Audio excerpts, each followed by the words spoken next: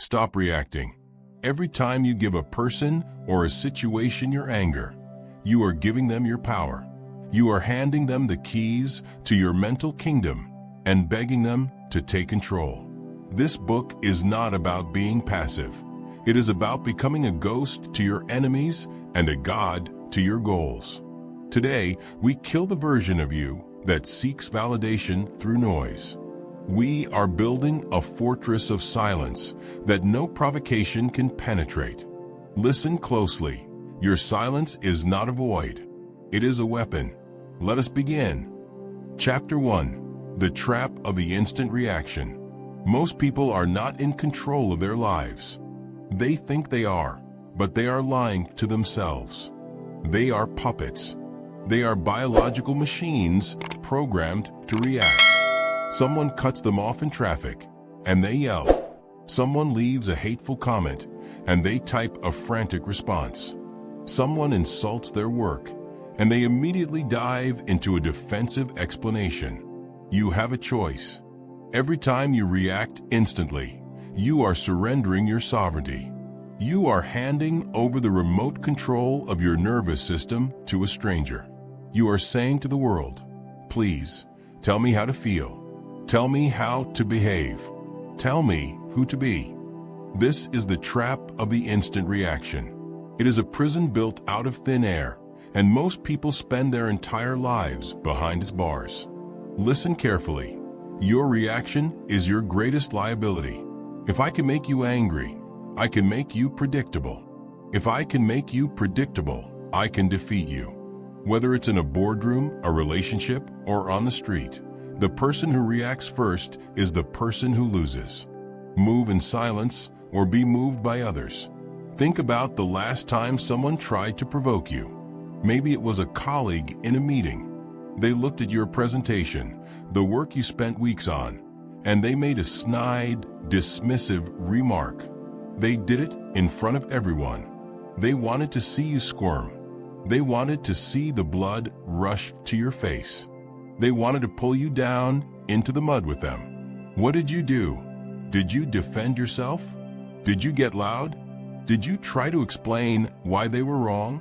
If you did, you fell for the trap. You became their puppet. You gave them exactly what they wanted, a reaction. You validated their insult by acting as if it were worthy of your energy. That's the key. Energy is a finite resource. Every time you react to a provocation, you are leaking energy. You are pouring your life force into a void.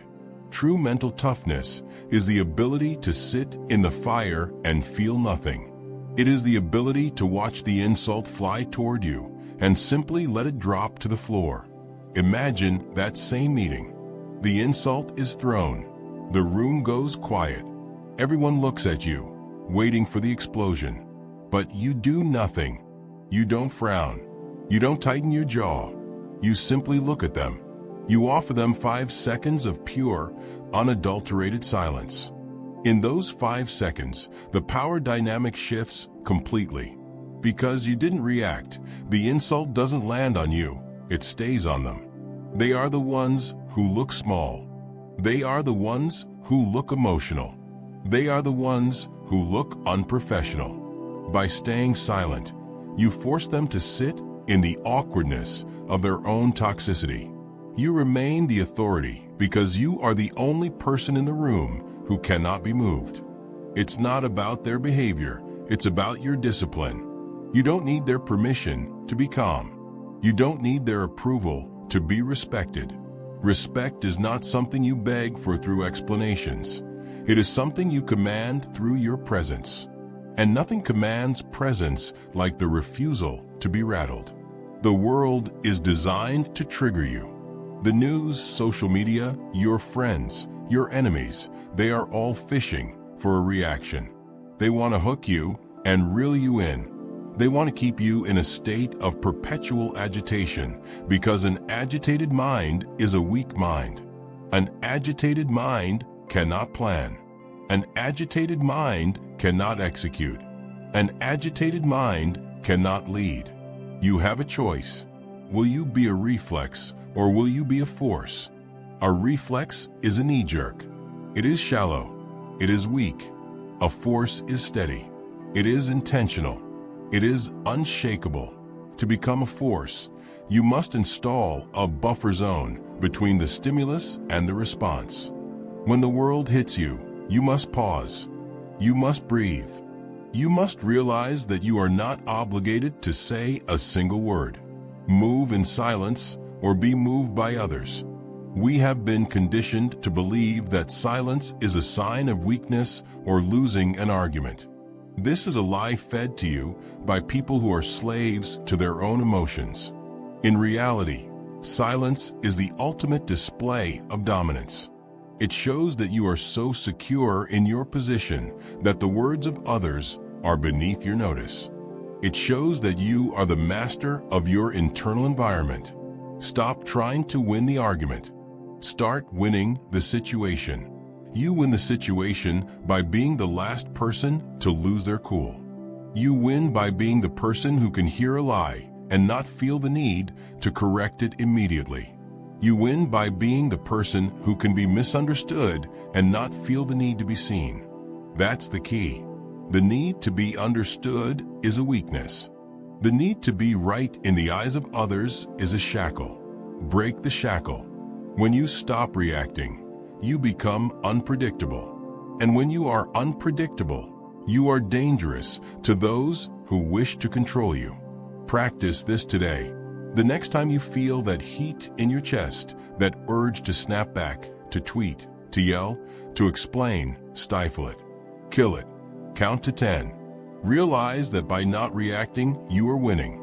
You are preserving your energy for your mission. You are keeping your power. It's not about the insult. It's about your mastery. If you cannot control your reactions, you cannot control your life. You will always be at the mercy of the most unstable person in the room.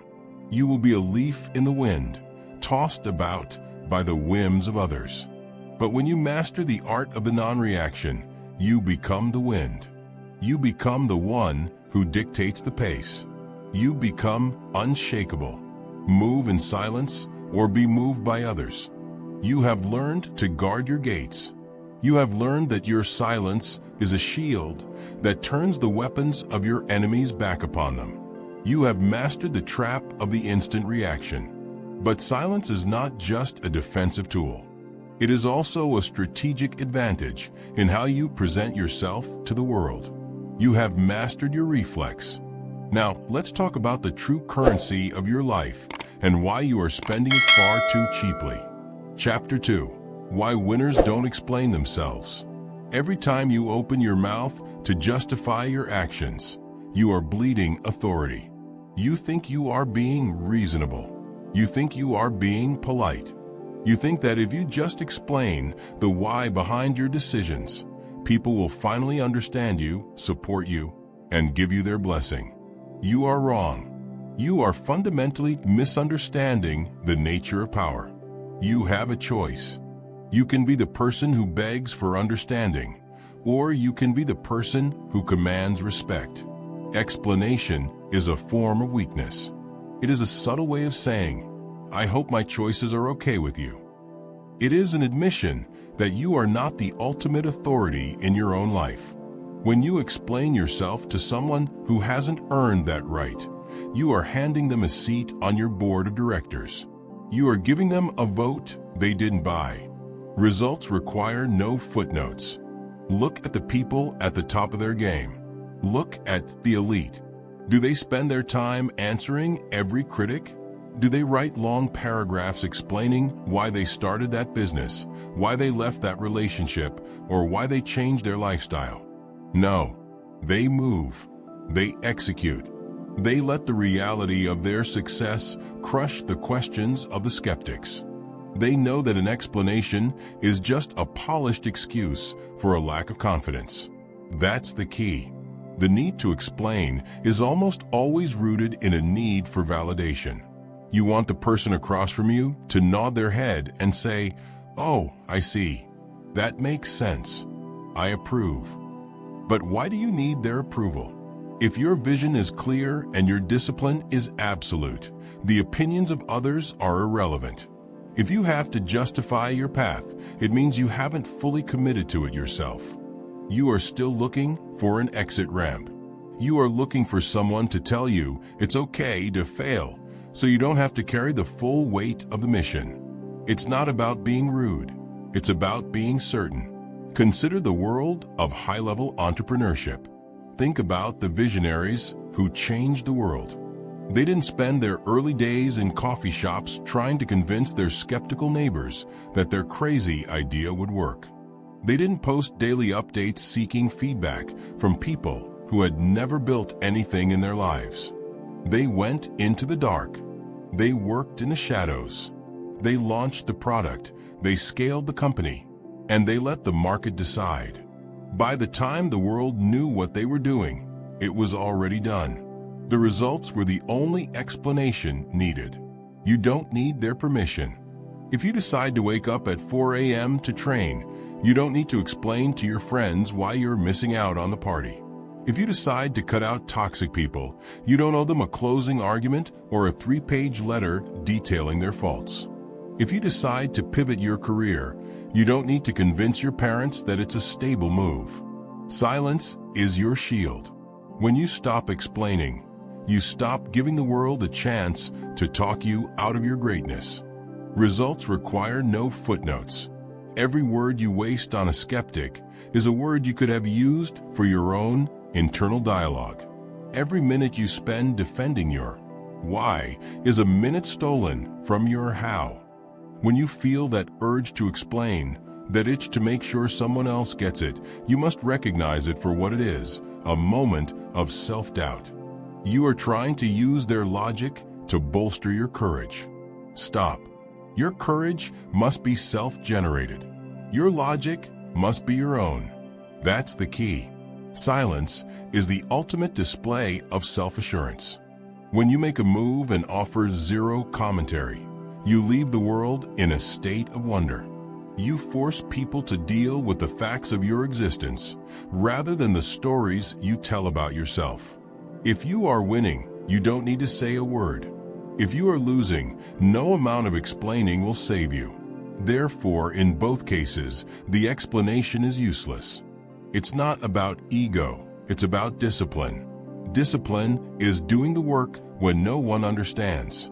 Discipline is sticking to the plan when everyone thinks you've lost your mind. If you are constantly checking the temperature of the room to see if people agree with your direction, you aren't leading, you're following a committee. And a committee has never achieved anything unshakable. You have a choice. You can spend your life being the nice person who everyone understands but nobody fears, or you can be the unshakable person who everyone respects but nobody can quite figure out. The ghost who works while others talk. The person who appears 6 months later with a new body, a new bank account, and a new life. Results require no footnotes. Think about your social circle. Think about the person who is always talking about what they are going to do. They explain the strategy. They explain the obstacles. They explain why it's going to be different this time. We all know that person. And we all know they never actually do anything. Their energy is spent in the telling. They get the reward of the achievement just by talking about it. So they never feel the hunger to actually achieve it. Don't be that person. Be the person who is so busy doing the work that they don't have time to describe it. Be the person whose About Me section is a blank page because their life is a loud enough statement. You don't need their permission. People will try to bait you. They will ask, "Why are you doing that?" Or "Don't you think that's a bit much?" These aren't questions, they are anchors. They are trying to hook you back into their reality. When you answer them, you are letting them reel you in. Instead, try this, smile. Or better yet, don't. Just look at them and say, "Because I decided to." That is the only explanation a sovereign individual ever needs. It's not about secrets, it's about power. The more people know about your why, the more they can find ways to undermine it. When you keep your reasons to yourself, you are a closed system. You are a fortress with no gate. You are unshakable because there is no handle for anyone to grab onto. Your silence makes you a mystery. And in a world of oversharing, mystery is the ultimate currency. Results require no footnotes. If you want to be unshakable, you must accept that you will be misunderstood. You must be comfortable with the fact that people will tell stories about you that aren't true. You must be okay with being the villain in someone else's story because you chose your goals over their comfort. Let them wonder. Let them speculate. Let them talk. While they are talking, you are winning. That's the key. Your path is yours alone. No one else can walk it, and therefore, no one else can truly understand it. Stop trying to translate your soul for people who don't speak your language. Stop trying to justify your hunger to people who are content to starve. You have a choice. You can be understood, or you can be great. You can have harmony with the crowd, or you can have harmony with your purpose. You cannot have both. If you choose greatness, you choose the silence of the winner. You choose the path where the only evidence of your worth is the trail of finished objectives behind you. Results require no footnotes. You have learned to stop reacting to the world, and now you have learned to stop justifying your existence to it. You are becoming a closed loop. You are becoming a person of action rather than a person of words. But as you build this internal fortress, you must be careful. There is a hunger inside you for more, a hunger that can lead to a different kind of trap. You have mastered your tongue. Now let's talk about the silent poison that kills more dreams than failure ever will.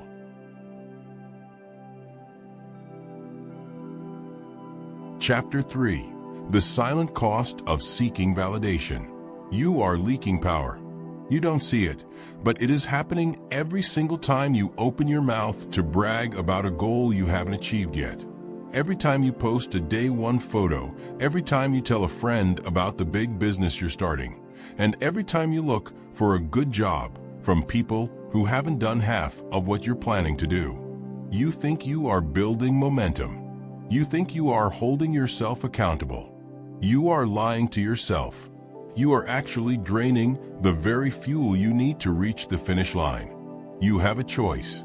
You can have the applause now, or you can have the achievement later. You cannot have both. When you share your intentions, your brain receives a premature hit of dopamine. It's a chemical trick. Your mind confuses the social validation of the announcement with the actual satisfaction of the accomplishment. You feel like you've already won, so your biological drive to actually do the work begins to evaporate. You are trading your future empire for a temporary high. Starve the ego, feed the mission. This is the silent cost of seeking validation. It is a tax on your potential. Most people are addicted to this tax. They live in a cycle of announcement and abandonment. They announce a diet, they get the likes, they feel good. They quit 3 days later. They announce a new project, they get the proud of you comments, they feel satisfied. They never finish the first draft. They are chasing the ghost of success instead of the substance of it. That's the key. True discipline is silent. It is a private conversation between you and your potential. If you need someone else to tell you that you are doing a good job, then you aren't doing it for the right reasons. You are still a child looking for a parent's nod of approval. You are still a performer looking for a crowd. But the crowd is fickle. The crowd doesn't care about your long-term success. They only care about their own entertainment. If your motivation depends on their feedback, you are fundamentally unstable. It's not about the recognition, it's about the results. Look at the modern fitness influencer. We see them every day. They spend 30 minutes setting up the perfect lighting and the perfect camera angle. They film 10 different takes of a single set. They spend the rest of their workout editing clips and checking their notifications to see how many people have validated their hustle. They are focused on the image of the work, not the work itself. Contrast that with the individual who walks into a dark gym at 5 a.m., leaves their phone in the car, and grinds until their muscles scream. No one sees them. No one claps. No one knows they were even there. But 6 months later, the influencer is still looking for the right filter, while the silent worker has transformed their body into a weapon. The influencer chased the dopamine of the like. The worker fed the mission. One is a hollow shell. The other is unshakable. Starve the ego, feed the mission. Every time you feel that itch to tell someone how hard you're working, stop. Hold it in. Let that pressure build. That pressure is the internal combustion you need to actually execute. When you talk about your plans, you are letting the steam out of the engine. A steam engine with no pressure is just a cold pile of iron. You must keep the valves closed. You must learn to enjoy the secret of your progress. There is a profound power in knowing something about yourself that the world hasn't discovered yet. You don't need their permission. You don't need their permission to feel proud of yourself. You don't need their likes to verify your progress. If the scale moves, it moves whether you post it or not. If the bank account grows, it grows whether your neighbors know it or not. Validation is a drug, and like any drug, it creates a tolerance. Eventually, you will need more and more praise just to do the basic work. You will become a slave to the opinions of people you don't even respect. That's the key. The unshakable mind is internally validated. It has an internal compass that doesn't oscillate based on the magnetic pull of social media trends. When you are internally validated, you are dangerous. Why? Because you cannot be bought. You cannot be seduced by flattery, and you cannot be crushed by criticism. You are moving toward a goal that only you can see. It's not about the fame, it's about the fortitude. Stop being a display human. Stop living your life as if there is a camera following you at all times. The most important parts of your life should be the ones that never make it to a screen. The late-night study sessions. The difficult conversations you had with yourself. The moments where you wanted to quit but didn't, and didn't tell anyone that you almost did. Those are the moments where character is built. Character is what is left when the lights go out and the audience goes home. You have a choice. Will you be a billboard or will you be a vault? A billboard is loud, cheap, and easily ignored after a few seconds. A vault is silent, heavy, and contains everything of value. Be the vault. Keep your wins private. Keep your losses private. Work so hard in the dark that your success eventually becomes impossible to hide. But even then, don't feel the need to explain it. Starve the ego, feed the mission. When you start to live this way, you will notice something strange. Your energy levels will stabilize. Your focus will sharpen. You will no longer feel the crash that comes after a period of intense bragging. You will find a steady, quiet joy in the process itself. You will realize that the work is its own reward. The discipline is the prize. The transformation is the goal. That's the key. The ego wants to be seen. The mission wants to be accomplished. These two forces are in constant conflict. Every second you spend feeding your ego is a second you are stealing from your mission. If you want to be unshakable, you must choose the mission every single time. You must become a ghost in the pursuit of your goals. It's not about the applause, it's about the achievement. Practice strategic silence. For the next 30 days, do not mention your primary goal to anyone. Not your spouse, not your parents, not your friends. If they ask how things are going, give them a generic, boring answer. I'm working on some things. It's going okay. Then go back to the lab. Go back to the gym. Go back to the desk. Build in silence. Let the lack of external validation force you to find strength within yourself. Starve the ego, feed the mission. You have learned that your reaction is a trap. You have learned that your explanation is a weakness. And now, you have learned that validation is a poison. You are cutting the strings that the world uses to pull you. You are becoming a closed system. You are becoming unshakable. But once you have mastered the internal world, you must learn how to handle the external world when it tries to force its way back in. You have mastered the cost of noise. Now let's talk about how to use your stillness to break the will of those who try to provoke you. Chapter 4. Neutralizing Provocation with Stillness. The world is loud, aggressive, and desperate for your attention. Most people think that to be powerful, they must be the loudest person in the room. They think that to win a fight, they must throw the last punch, verbally or physically. They are wrong. True power is not found in the noise you make.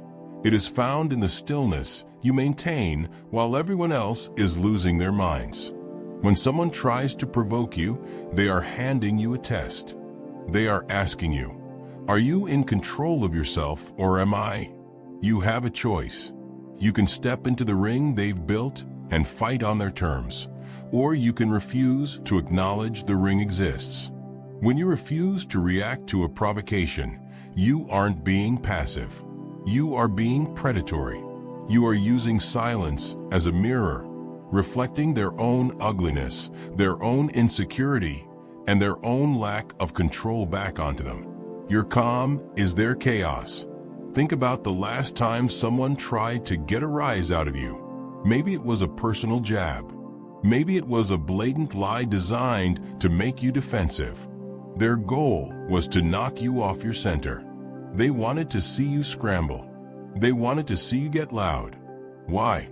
Because as long as you are reacting, they are the one leading the dance. They are the puppet master, and you are the puppet. That's the key. The moment you choose stillness, the strings are cut. When an aggressor attacks and meets a wall of absolute silence, they experience a psychological shock. They expected a back and forth. They expected a battle of egos. Instead, they find themselves standing alone in a vacuum. By refusing to engage, you force them to sit in the awkwardness of their own toxicity. You make them feel the weight of their own words. Without your reaction to sustain it, their aggression has nowhere to go. It collapses in on itself. It's not about being a victim, it's about being a victor. In the world of high-stakes negotiation, the most dangerous person is the one who can endure the long pause. Professional negotiators know that silence creates a vacuum that humans are biologically wired to fill. When a deal is on the table and one side stops talking, the other side begins to panic. They start to sweat. They start to wonder if they've said too much or not enough. Eventually, they will start talking just to break the tension, often conceding terms or revealing secrets they never intended to share. They lose because they couldn't handle the stillness. You don't need their permission. You don't need their permission to end a conversation. You don't need their permission to ignore a text message that was sent purely to upset you. You don't need their permission to look an aggressor in the eye, say nothing, and walk away. People will call this cold. They will call it arrogant. Let them. Their labels are just another attempt to provoke a reaction. Your job is to remain unshakable. Your calm is their chaos. Every time you keep your composure while someone else is losing theirs, you are gaining ground. You are showing everyone watching. And more importantly, you are showing yourself that your internal state is not for sale. It cannot be bought with an insult. It cannot be compromised by a threat. This is the definition of emotional dominance. It's not about their anger, it's about your discipline. Most people use their words to hide their fear. The louder they get, the more terrified they are. When you meet that noise with a calm, steady gaze, you are stripping them naked. You are seeing through the performance. You are acknowledging that their power is a facade. Real power is quiet. Real power is efficient. Real power doesn't need to bark to prove it has teeth. That's the key. Stillness is the ultimate weapon because it is the only thing an aggressor cannot counter. If you fight back, they can use your energy against you. If you explain, they can twist your words. But if you do nothing, if you remain a solid, unmoving object, they eventually exhaust themselves against your silence. They look foolish. They look weak. You remain the only one left standing with your dignity intact. You have a choice. You can be the person who is easily triggered, or you can be the person who is a black hole for provocation.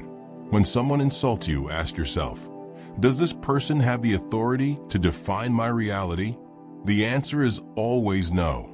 So why act as if they do? By ignoring the bait, you are asserting that their opinion has zero market value in your world. Your calm is their chaos. Imagine a scenario where someone is shouting at you. Your heart rate starts to climb. Your palms get sweaty. Your brain is screaming for a witty comeback. That's the key. In that moment, you must realize that the fire you feel inside is a test of your discipline. It's not about the person shouting. It's about the person listening. If you can breathe, stay still, and offer a look of mild boredom instead of anger, you have won. You have neutralized the threat without firing a single shot. It's not about winning the argument. It's about owning the room. People are drawn to stillness. In a world of frantic, high-pitched energy, the person who is calm is the natural leader. By refusing to be provoked, you signal that you are the most stable element in the environment. You become the anchor. Others will look to you to see how to react. And when they see that you are unmoved, the power of the aggressor vanishes instantly. You don't need their permission. You don't need to win the verbal exchange to win the interaction. In fact, the person who speaks less usually wins more. Every word you speak is a potential vulnerability. Every silence you maintain is a fortress. Practice the 5-second rule of provocation. When someone says something intended to hurt or rattle you, wait 5 full seconds before you even think about responding. Usually, in those 5 seconds, you'll realize that no response is the strongest response you could possibly give. Your calm is their chaos. Stop being a participant in other people's drama. Stop being a character in their play. You are the director of your own life, and you don't have to cast them in any scenes. If they want to be angry, let them be angry alone. If they want to be toxic, let them drown in it. Your stillness is the boundary that protects your peace. That's the key. A person who cannot be provoked is a person who cannot be manipulated. If you can stay still in the face of an attack, you can stay still in the face of a temptation. You can stay still in the face of a crisis. This chapter is about more than just dealing with haters. It is about the core of your unshakable identity.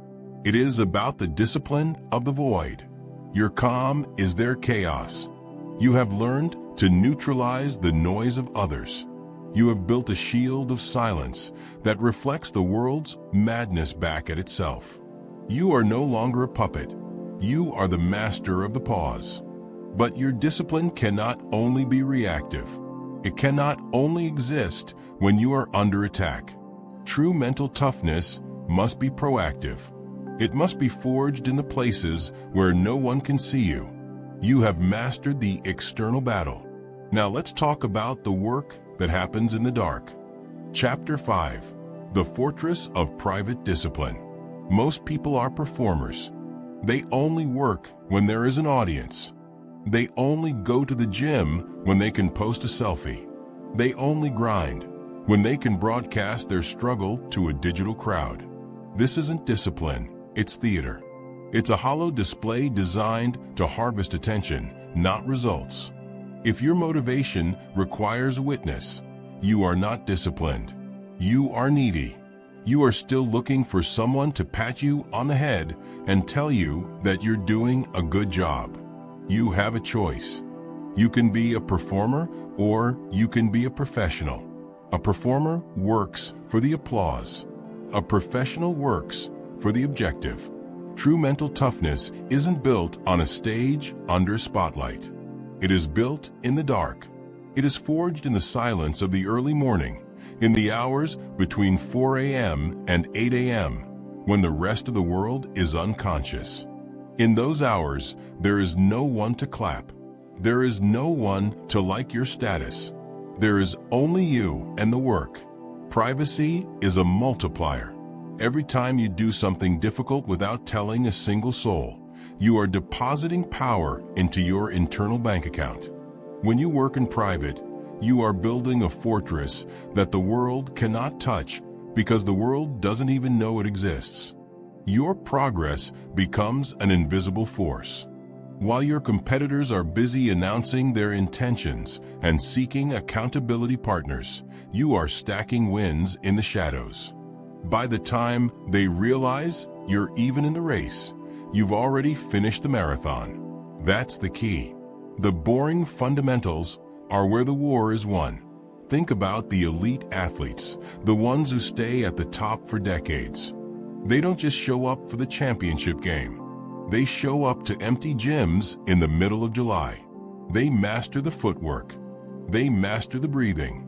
They repeat the same basic movement 10,000 times until it becomes part of their DNA. Their competitors are out socializing, chasing temporary pleasures, and living in the moment. But the elite athlete knows that the moment is earned in the months of isolation that preceded it. It's not about the talent, it's about the privacy. When you broadcast your process, you dilute your focus. You invite the world's opinions into your laboratory. You start caring about how the work looks rather than how the work is. This is how you become mediocre. You start trimming the edges of your discipline to make it more marketable. You stop doing the ugly, painful, necessary tasks because they don't make for a good story. You don't need their permission. You don't need their permission to be extraordinary. You don't need a support system to tell you to keep going. If you rely on external support, you will fail the moment that support is removed. Your discipline must be self-sustaining. It must be a closed-loop system. When you work in private, you are training your brain to seek satisfaction from the effort itself, not the reaction to the effort. This is how you become unshakable. Privacy is a multiplier. Imagine two people. Both want to write a book. The first person tells everyone. They post photos of their laptop and their coffee. They talk about their writer's block on social media. They get plenty of encouragement, but 6 months later, they haven't finished a single chapter. The second person tells no one. They wake up an hour early every day and write 500 words in total silence. They don't seek feedback. They don't look for praise. 6 months later, they have a finished manuscript. One used their energy to speak. The other used their energy to create. That's the key. The words you speak about your work are subtractions from the work itself. Stop leaking your power through your mouth. Build a wall around your habits. Your morning routine, your deep work sessions, your diet, your training. These are your private business. They are the bricks of your fortress. Every time you explain them to someone else, you are removing a brick. You are creating a vulnerability. It's not about secrecy, it's about sanctity. Your discipline is sacred. It is the ritual through which you transform yourself. When you let the world in, you profane the ritual. You turn a spiritual discipline into a social performance. If you want to see how strong you really are, try doing something incredibly difficult and never tell anyone. Don't mention the fast you did. Don't mention the extra miles you ran. Don't mention the 3 hours of deep work you crushed. Feel the power that comes from being the only person who knows how hard you are working. You have a choice. Will you be the person who is busy on social media or the person who is productive in real life? The world is full of people who are working on themselves loudly. They are the ones who fail. The winners are the ones you don't hear from until they've already won. They understand that silence is the ultimate performance enhancer. Privacy is a multiplier. This is the monk mode philosophy. It is the realization that for a period of time, you must disappear. You must cut the noise. You must stop the socializing. You must stop the seeking of pleasure. You must enter the fortress and shut the gate. This is where you find out what you are made of. When there is no one there to congratulate you, will you still do the work? When there is no one there to see your pain, will you still push through it? That's the key. Private discipline builds public dominance. The person who has mastered themselves in the dark has nothing to fear from the light. When you step out of the fortress and into the arena, you are a different animal. You have a level of certainty that the performers can never understand. You know you are prepared because you've done the work when it was hardest to do, when it was just you and the clock. It's not about the recognition. It's about the reality. Stop looking for shortcuts. Stop looking for hacks that allow you to be seen as successful without actually being successful. The only hack is the 4 a.m. workout that no one knows about. The only shortcut is the year of social isolation where you learned a new skill. There is no substitute for the fortress. You don't need their permission. They will try to pull you out of your fortress. They will call you obsessed. They will tell you that you need to balance your life. Ignore them. Balance is what average people use to justify their lack of commitment. You aren't looking for balance. You are looking for mastery. And mastery requires an imbalanced devotion to the work in private. Privacy is a multiplier. Protect your time. Protect your energy. Most importantly, protect your silence. The fortress of private discipline is the only place where true transformation can occur. It is the place where you kill the old, weak version of yourself and birth the unshakable version. That's the key. You have learned to guard your gates. You have learned that the work you do in the dark is the work that defines you. You have built your fortress brick by brick through the power of private discipline. You are becoming a person of substance, not just a person of show. But there is a danger in the fortress. You might start to believe that your work is for them, that you are doing this to prove something to the people who doubted you. You have mastered the shadows. Now, let's talk about why your enemies shouldn't even be on your mind. Chapter 6. Stop proving and start doing. If you are working because you want to show them, you are still a slave. You think you are being a rebel. You think you are being strong. You tell yourself that the doubt of your family, the laughter of your old friends, or the betrayal of an ex is the fuel in your engine. But here is the cold, hard truth. If their doubt is what drives you, then they still own you. They are still the ones deciding how hard you work. They are still the ones setting the pace of your life. You have a choice. You can be a reactionary or you can be a creator. A reactionary moves because of what others say. A creator moves because of who they are. When you work to prove them wrong, you are keeping your enemies at the center of your universe. You are giving them free rent in your mind. You are waiting for their reaction to validate your effort. This is not mental toughness. It is a sophisticated form of dependency. Success is the only noise allowed.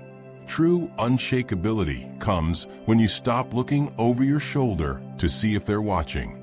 You must reach a point where their opinion, whether it is praise or poison, has zero impact on your output. You don't need to win the argument. You don't need to have the last word. You don't need to post a revenge transformation. Why? Because the moment you engage in proving, you have lowered yourself to their level. You have acknowledged that their doubt was significant enough to require a response. That's the key. The most powerful response to doubt is not a verbal defense. It is a shift in reality. It is becoming so competent, so wealthy, or so disciplined that the old version of you, the one they doubted, no longer exists. You don't have to tell them you've changed. You don't have to explain your new standards. The world will adjust to the new facts you have created. It's not about their doubt. It's about your nature. Consider the student who struggles in a difficult course. Most students in that position spend their time arguing with the professor. They complain about the grading. They explain why the test was unfair. They seek out proof that they are smarter than their GPA suggests. They are trying to prove they are capable, while their results prove they are not. But then, there is the silent student. This student stops talking. They stop complaining. They stop trying to convince the professor of their intelligence. Instead, they go into a period of radical, quiet discipline. They master every chapter. They solve every problem. They show up to the next exam and produce a perfect score. They don't say, "I told you so." They don't need to. The grade is the only noise allowed. The transformation is so absolute that any further discussion is beneath them. You don't need their permission. You don't need their permission to be successful. You don't need their acknowledgement to know you've arrived. If you are still waiting for a "I was wrong about you" from someone in your past, you are stalling your future. That person may never give you that satisfaction. They may never admit they were wrong. If your success depends on their admission, you will be waiting forever. You must decide that your progress is for you and only you. Success is the only noise allowed. Stop using revenge as your primary motivator. Revenge is a low vibrational fuel. It burns dirty. It leaves you feeling hollow once the victory is achieved. If you ingest to spite someone else, you haven't really won. You've just let their negativity dictate your path. When you move because it is your nature, because you are a person of excellence, your fuel is infinite. It is clean. It is unshakable. That's the key. The proving mindset is loud and frantic. It's the person at the gym who slams weights just so people look. It's the person who buys a car they can't afford just to drive past an old flames house. It's a performance. And like all performances, it is exhausting. But the doing mindset is quiet. It is the person who lifts the weight because they demand strength from their body. It's the person who builds the business because they demand freedom for their life. They aren't looking around to see who sees them. They are looking at the objective. It's not about the haters, it's about the habits. People love to talk about their haters. It makes them feel important. It makes them feel like they are in a movie. But in reality, most people aren't hating on you. They aren't thinking about you at all. They are busy with their own lives, their own fears, and their own failures. When you claim you are proving them wrong, you are often just shadowboxing with your own insecurities. Stop the theater. Stop the imaginary battles. Redirect that energy into your habits. Success is the only noise allowed. If you are currently in a rebuilding phase, disappear. Don't tell people you're changing. Don't announce your new mindset. Don't post quotes about how the lion doesn't care about the opinion of sheep. If you were truly a lion, you wouldn't feel the need to post a quote. Just be the lion. Do the work. Execute the plan. Let the results accumulate in total silence. You have a choice. You can be the person who talks about what they are going to do to show everyone, or you can be the person who simply is what everyone else is still talking about. Every time you feel the urge to set the record straight or defend your honor, remember that your honor is not found in the mouths of others. It is found in your own integrity. It is found in the gap between what you said you would do and what you actually finished. That's the key. Silence is the ultimate filter. It filters out the people who are only there for the drama and leaves only the people who are there for the results. When you stop proving, you start becoming. You move from a state of performance to a state of being. You realize that you are the only judge who matters. If you can look in the mirror at the end of the day and know that you stayed disciplined, then you have already won. No external validation can add to that, and no external doubt can take it away. It's not about the audience, it's about the achievement. The world is obsessed with clout. Clout is the desire to be seen as powerful without actually having power. Proving is the pursuit of clout. Doing is the pursuit of power. Power is quiet. Power is steady. Power is the billionaire who wears a plain t-shirt and walks unnoticed through the crowd. He doesn't need to prove he has money. The bank account is the only noise allowed. He doesn't need to prove he is important. The influence is the only noise allowed. Success is the only noise allowed. Commit to this. From this moment on, you will never again use your words to defend your potential. You will let your actions do the talking. If someone doubts you, smile and go back to work. If someone insults your progress, stay silent and keep building. You aren't proving anything to them. You are simply manifesting the person you were always meant to be. You don't need their permission. By the time they realize how far you've gone, you'll be so far ahead that their apology or their recognition won't even register.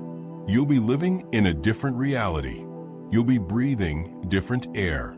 You'll realize that the haters you were so obsessed with were actually just distractions on the road to your own greatness. Success is the only noise allowed. You have learned that your actions are your only true voice.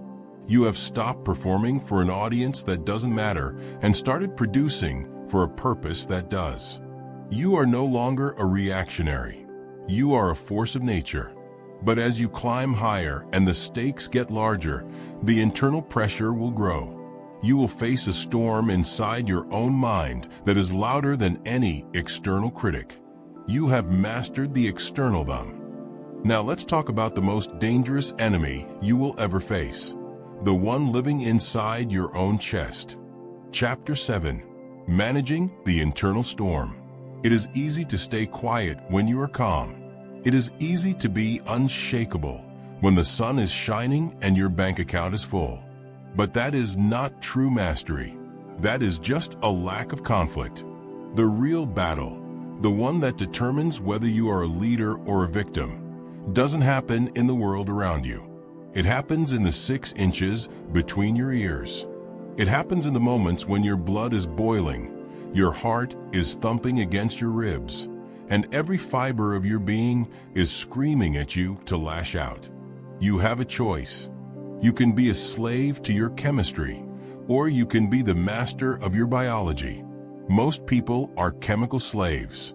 When they feel the surge of adrenaline, they obey it. When they feel the heat of anger, they express it. They think they are being authentic. They are actually being weak. They are letting a temporary hormonal spike dictate their permanent reputation. They have learned to control their tongue, perhaps, but they haven't learned to control the storm inside. Master the pulse, master the person. Controlling your tongue is the first step, but it is only a surface-level fix. If you are silent on the outside, but screaming on the inside, you are still being moved. You are still being controlled. The internal storm is that narrative in your head that starts spinning a web of resentment. It's the voice that says, "How dare they say that to me? I need to put them in their place. I need to make them understand." That voice is the enemy. That voice is the final boss of mental toughness. That's the key. If you cannot manage the internal storm, your silence will eventually crack. It will leak out through your body language, through your eyes, or through a passive-aggressive remark later. You must learn to neutralize the storm before it reaches the surface. You must learn to sit in the center of the hurricane where the air is still. You must become the observer of your emotions rather than the victim of them. It's not about the emotion, it's about the discipline. Think about the highest level of human performance: combat, emergency medicine, or high-stakes crisis management. When the pressure is at its peak, the amateur's heart rate skyrockets. Their vision narrows. Their logical brain, the prefrontal cortex, shuts down. They become a purely reactive animal. But the professional has been trained to manage the pulse. They use tactical breathing. They recognize the physical symptoms of stress, and they consciously counteract them. Master the pulse, master the person. Imagine you are in a heated argument. Someone is being irrational. They are insulting your character. They are trying to pull you into their chaos. You feel your pulse quicken. You feel that heat in the back of your neck. That's the key. In that exact moment, you must pivot. Stop listening to them and start listening to your own heart. Breathe in for 4 seconds. Hold it for 4 seconds. Exhale for 4 seconds. By controlling your breath, you are sending a manual override signal to your nervous system. You are telling your brain, we are not in danger. We are in control. While your opponent's emotional brain is short-circuiting, and they are losing their ability to think clearly, your logical brain stays online. You aren't just winning the argument.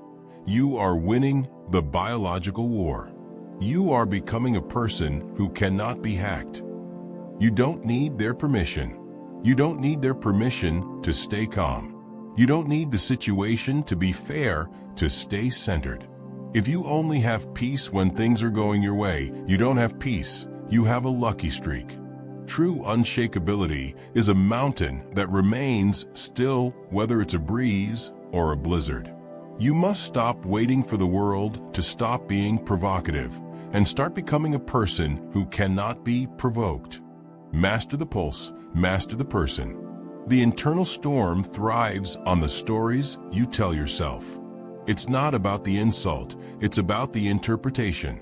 If someone calls you a failure and you get angry, it is because part of you believes them, or part of you is terrified that others will believe them. Your anger is a defense mechanism for a wounded ego. But if you know who you are, if your fortress of private discipline is solid, then their words are just vibrations in the air. They carry no weight. They have no power to move the mountain. That's the key. Transformation happens when you stop seeing provocation as an attack and start seeing it as a training session. Every person who annoys you is a treadmill for your patience. Every person who insults you is a weight room for your ego. Every crisis is a laboratory for your composure. When you shift your perspective this way, you stop being a victim of the storm. You become the weather itself. It's not about their behavior, it's about your breathing. If you can control your heart rate, you can control your thoughts. If you can control your thoughts, you can control your life. Most people go through life with their internal thermostat set by others. If people are nice, they are happy. If people are mean, they are miserable. They are living a life of constant fluctuations. You have a choice. You can set your own temperature. You can decide that no matter what happens outside the fortress, the environment inside remains cool, focused, and steady. This requires a radical level of self-awareness. It means you must be more interested in your own internal reactions than you are in the external event. You must become a scientist of your own soul. Master the pulse, master the person. The next time you are under fire, watch yourself. Watch the anger rise like a wave. Do not try to fight the wave. That just gives it more energy. Simply watch it. Acknowledge it. Then breathe out. Return to the silence. Return to the void. The more you practice this, the smaller the waves become. Eventually, the storm that used to drown you becomes nothing more than a ripple on the surface of a deep, dark ocean. You don't need their permission. People will notice the change in you. They will try even harder to rattle you. They want to see if the new you is real or just a mask. They will poke at your old wounds. They will go for the low blows. That's the key. This is the final test. When you can look at someone who is trying their absolute best to destroy your peace, and you feel nothing but a slight sense of pity for their lack of self-control, you have arrived. You are unshakable. Master the pulse, master the person. This is not about being a robot. It is about being a master. You still feel the emotions, but they no longer have the vote. They are just data points. You acknowledge the data, and then you make the disciplined decision. You choose silence not because you are afraid to speak, but because you are too powerful to react. It's not about being emotionless. It's about being undeterred.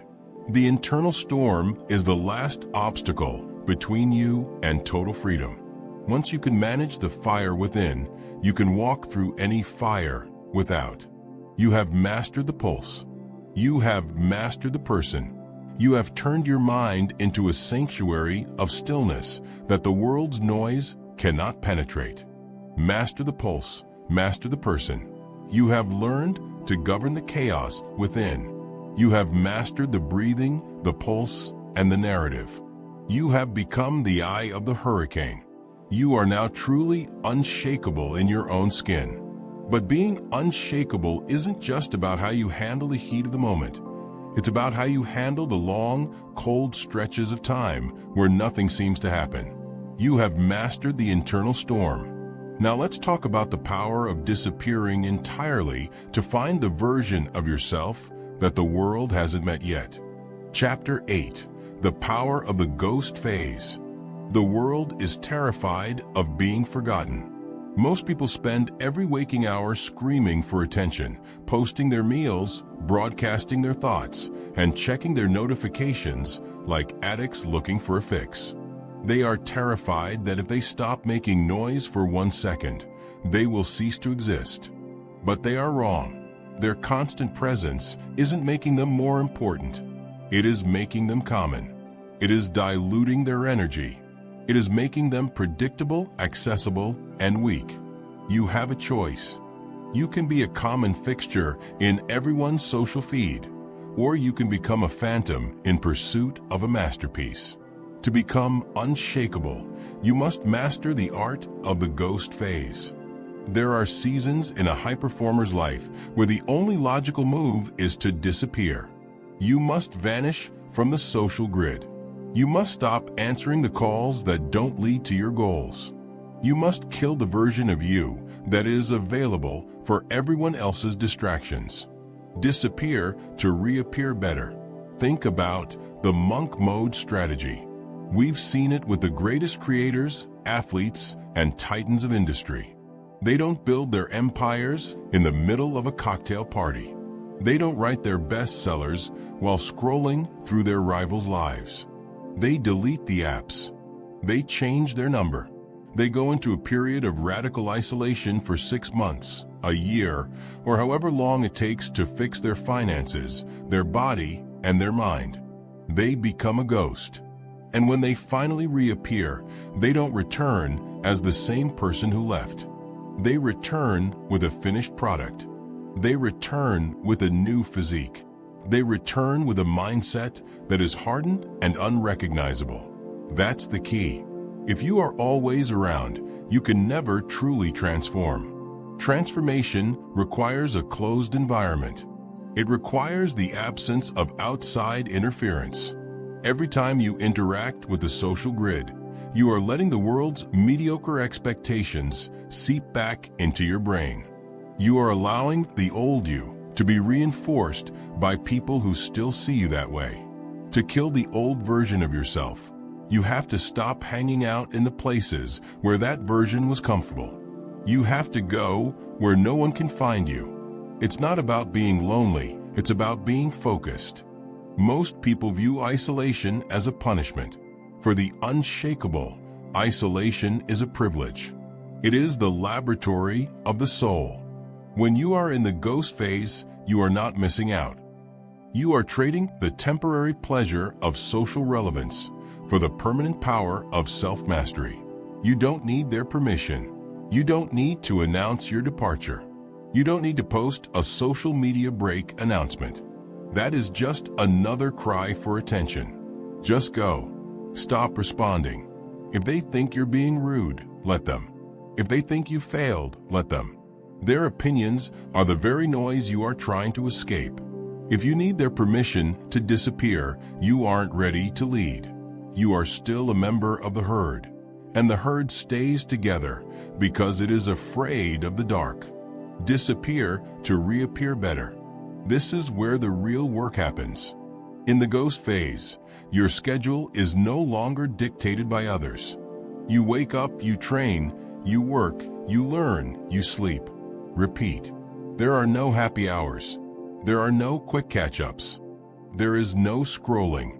It is a period of intense, boring, and relentless discipline. It is the dark before the dawn. That's the key. The pressure of the ghost phase is what turns coal into diamonds. Without the distraction of being seen, you finally have to face yourself.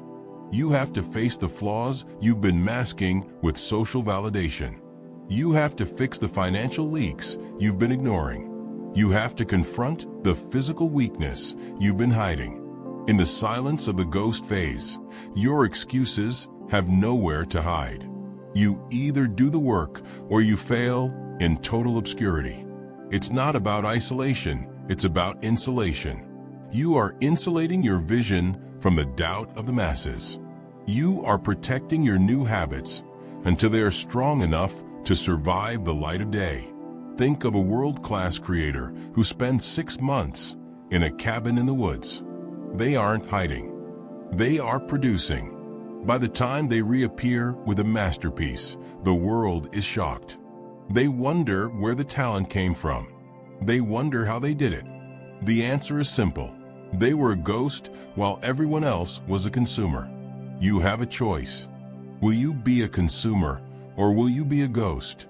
The consumer is always up to date. They know the latest news, the latest gossip, the latest trends. They are also usually broke, distracted, and physically soft. The ghost is out of the loop. They are behind on the news. They have no idea what is trending, but they are the ones building the platforms that the consumers use. They are the ones setting the trends that others follow 6 months later. Disappear to reappear better. When you finally return from the ghost phase, do not explain where you were. Do not apologize for your absence. Let the transformation be the explanation. When your friends see that you've lost 20 pounds of fat and gained 10 pounds of muscle, you don't need to tell them about your 5 a.m. runs. When your bank account reflects the business you built in the dark, you don't need to explain the late nights. The results are the only language you need to speak. That's the key. The ghost phase is the ultimate test of your internal validation. Can you work without the likes? Can you grow without the pride of you comments? If you can thrive in the ghost phase, you are officially unshakable. You have proven to yourself that your fuel is internal. You have proven that you don't need the world to watch you win in order for the win to be real. It's not about being antisocial, it's about being pro-purpose. You aren't disappearing because you hate people. You are disappearing because you love your potential. You realize that you cannot reach that potential while carrying the weight of everyone else's expectations. You are shedding the dead weight. You are becoming a ghost so that one day you can become a legend. You don't need their permission. Start today. Identify the distractions that are leaking your energy. Identify the social obligations that are holding you back. Cut them. Enter the laboratory. Shut the door. Don't look back. The version of you that the world knows is about to die. Let it disappear to reappear better. You have mastered the art of disappearance. You have learned that silence is not just a shield, but a workshop. You have built a new version of yourself in the shadows, away from the prying eyes of the mediocre. You are now ready to emerge. But as you step back into the world, you must remember that your presence must be as disciplined as your absence. Your body, your eyes, and your movements must match the new man you have become. You have mastered the ghost phase. Now let's talk about the physical manifestation of your unshakable mind. Chapter 9. Weaponizing your body language. You can stay silent with your mouth and still be screaming with your body. If your lips are closed but your eyes are darting around the room, you are weak. If you aren't speaking but your hands are fidgeting, your shoulders are slumped, or you are leaning back in retreat, you are still reacting. You are broadcasting your insecurity to everyone in the room. You are telling the world that you are uncomfortable, intimidated, and easily moved. You have a choice. You can be a victim of your own physiology, or you can weaponize your presence. Most people have leaky body language. They have no awareness of the signals they are sending. They twitch. They adjust their clothes. They nod excessively to seek approval.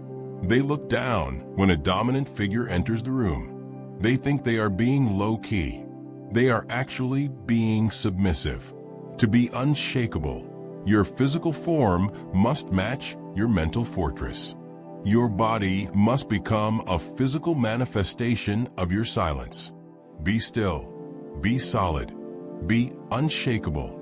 Silence is not just the absence of sound. It is the absence of unnecessary movement. Think about the most powerful person you've ever met. Did they rush? Did they bounce their leg? Did they look away first when you made eye contact? No, they were still. They moved with a terrifying economy of motion. They didn't need to wave their arms to get attention because their stillness commanded the space around them. That's the key. Movement is a leak.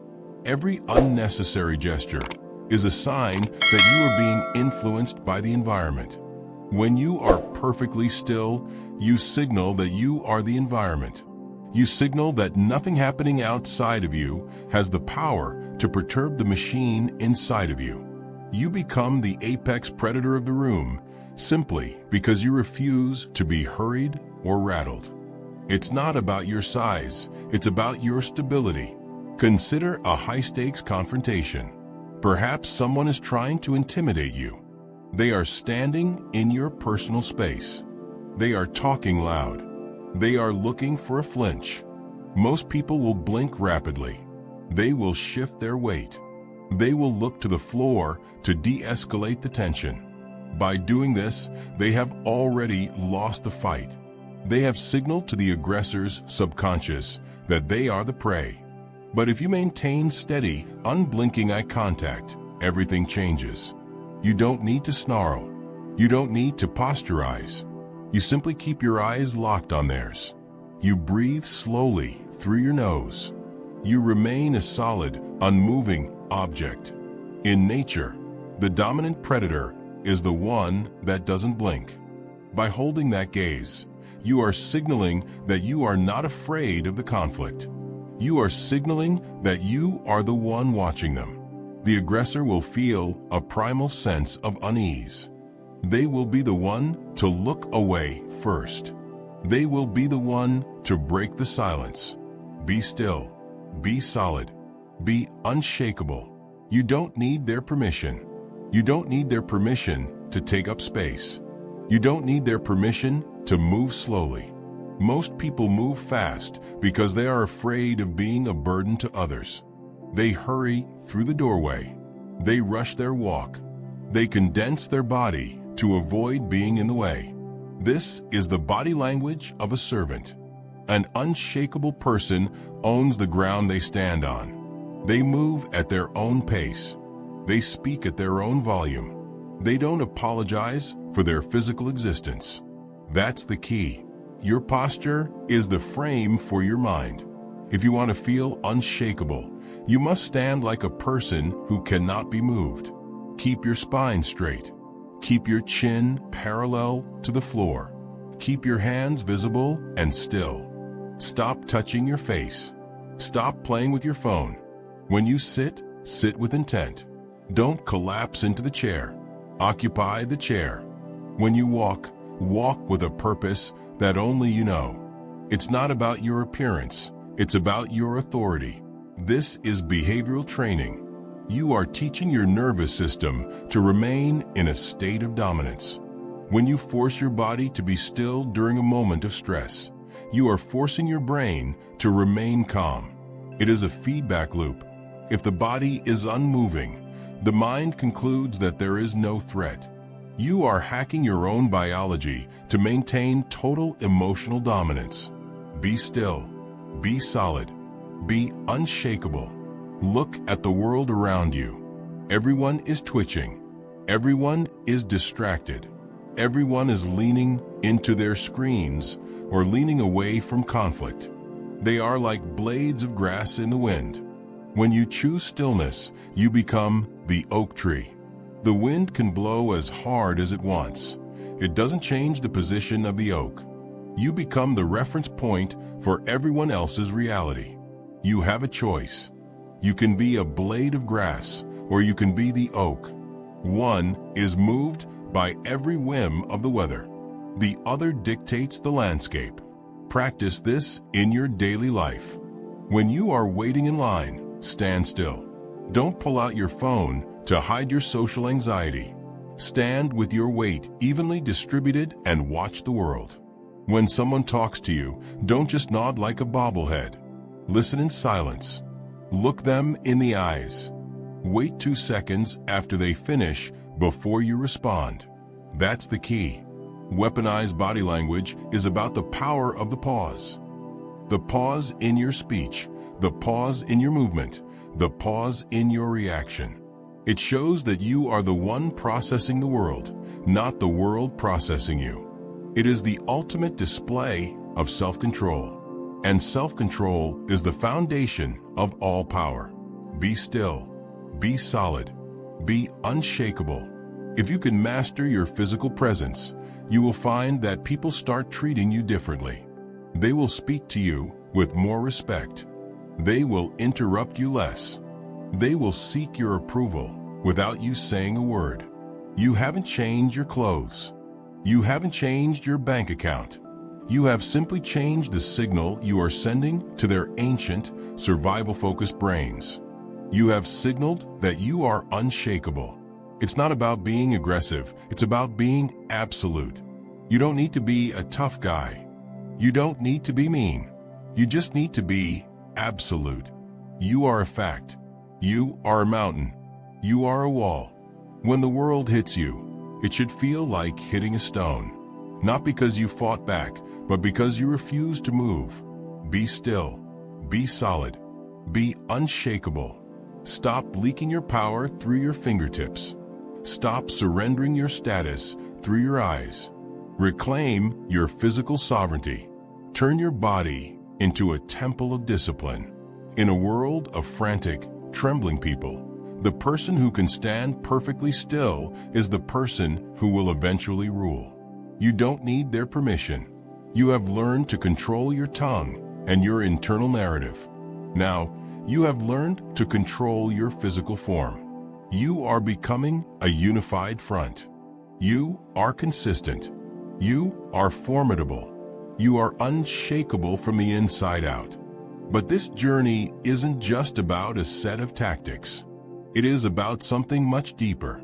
It is about a fundamental shift in who you are at your core. You have mastered the body. Now, let's talk about the final transformation, the birth of a new identity that the world can never destroy. Chapter 10, The Unshakable Identity. We have reached the end of the tactics. We have discussed your silence, your reactions, your private discipline, and your physical presence. But if you take these lessons only as a toolkit to be opened when you're in trouble, you have missed the point entirely. If you are just acting unshakable, you are still a performer. You are still wearing a mask. And masks eventually crack under enough pressure. To reach the final stage of this journey, you must stop using these strategies and start becoming them. You are not a person who uses silence. You are a person of silence. You have a choice. You can be a person who is defined by their circumstances, or you can be a person who is defined by their character. Most people are environmental. If they have money, they feel powerful. If they have a title, they feel important. If they have a partner, they feel loved. But because their identity is tied to the world outside of them, they are inherently fragile. They are one bankruptcy, one layoff, or one breakup away from total collapse. They are shakeable because their foundation is built on sand. The world cannot take what it did not give. An unshakable identity is built on rock. It is a fundamental detachment from the opinions, the rewards, and the punishments of the masses. It is the realization that your value is not a variable. It is a constant. You have decided who you are in the dark, in the silence, and in the fortress of your own discipline. Because the world did not give you your confidence, the world has no authority to take it away. Because the world did not give you your mission, the world cannot tell you when it's over. That's the key. Think about the true leaders throughout history. Think about the individuals who lost everything, their wealth, their reputation, their freedom, and yet they remained the same person. They didn't beg. They didn't crumble. They didn't explain. If you took everything from them today, they would simply start building again tomorrow. Why? Because they didn't have success. They were success. Their identity was not in the things they owned, but in the discipline they maintained. They were unshakable because their worth was internal. It's not about the tragedy. It's about the transformation. Most people are terrified of loss. They spend their lives protecting their stuff and their status. They are so busy defending what they have that they never become who they are meant to be. But when you adopt an unshakable identity, you lose that fear. You realize that you are the engine, not the car. If the car breaks down, you just build another one. If the business fails, you are still the person who had the discipline to build it in the first place. You still have the skills. You still have the silence. You still have the power. You don't need their permission. You don't need their permission to be a person of value. You don't need a certificate, a high-ranking follower, or a public accolade to validate your existence. If you are waiting for the world to tell you that you've made it, you are still a slave to their timeline. An unshakable identity is self-certified. You are who you say you are because you have the scars to prove it to yourself. You have done the 4 a.m. workouts. You have managed the internal storm. You have weaponized your stillness. The proof is in your blood, not in their words. The world cannot take what it did not give. Stop looking for yourself in the eyes of other people. Other people are a broken mirror. They see you through the lens of their own insecurities, their own jealousies, and their own failures. If you try to build an identity based on their reflection, you will be distorted. You will be forever chasing a version of yourself that doesn't actually exist. That's the key. You must become fundamentally indifferent to the noise. This is the art of being unshakable. It is the ability to walk through a crowd that is either cheering for you or screaming at you and feel exactly the same inside. You don't let the cheers inflate your ego, and you don't let the screams dent your spirit. You are on a mission that has nothing to do with them. You are a ghost moving through their world, focused on a reality that only you can see. It's not about the ego, it's about the essence. Ego is loud. Identity is quiet. Ego needs to be right. Identity is right. When you have an unshakable identity, you stop trying to win in the traditional sense. You stop trying to dominate others and start focusing exclusively on dominating yourself. You realize that the only competition that matters is the one between the person you were yesterday and the person you are becoming today. You have a choice. Will you be a person who is bought and sold by the fluctuations of life, or will you be the person who remains constant in the chaos? Every day is a test of this identity. Every setback is an opportunity to prove that you are who you claim to be. When things go wrong, and they will, you don't ask, "Why is this happening to me?" You say, "This is the moment I was built for." You step into the fire and you don't burn because you are the fire. The world cannot take what it did not give. This is the end of your old life. The version of you that was easily moved is dead. The version of you that needed to explain is gone. The version of you that sought validation has been starved to death. What is left is a solid, unmoving object, a person of silence, a person of power, a person who is unshakable. That's the key. As you move forward from this audiobook, people will try to remind you of who you used to be. They will try to pull you back into the old drama and the old reactions. They will try to shake the foundation you built. Smile. Stay silent. Move in silence. Your identity is no longer up for debate. It is not a topic of conversation. It is a fact of nature. It's not about the destination. It's about the discipline. You are not there yet.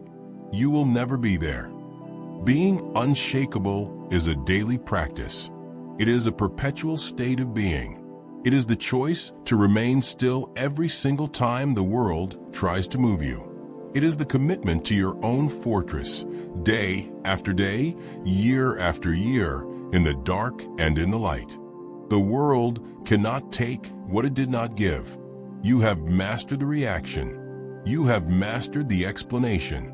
You have mastered the validation, the stillness, the dark, and the body. You have finally mastered the self. You are no longer a passenger. You are the architect. You don't need their permission. Now, it is time to close the book and open your life. It is time to step out of the shadows and into the world as a person who cannot be moved. Do not talk about what you have learned. Do not tell people about this new mindset. Simply go out and exist as a monument to discipline. Let your presence be the only testimony you ever offer. The world cannot take what it did not give. You mastered your fear. You mastered your tongue. You mastered your mind. Now, you must master the ultimate test, the test of time. You are unshakable. Now stay that way. Conclusion. You have finished the words, but you have not yet finished the work. From this second forward, the old you, the one who complained, the one who reacted, the one who begged for a seat at the table, is dead. You are no longer a passenger in your own mind. You are the architect of your own stillness. When they scream, you remain silent. When they doubt, you remain focused. When they play, you work. Do not go back to the noise. Do not go back to the small talk. Do not go back to being ordinary. The world belongs to those who can control themselves. Now I have a challenge for you. Go 24 hours without explaining yourself to a single soul. No justifications. No excuses. Just results. Become unshakable. Stay disciplined. The clock starts now.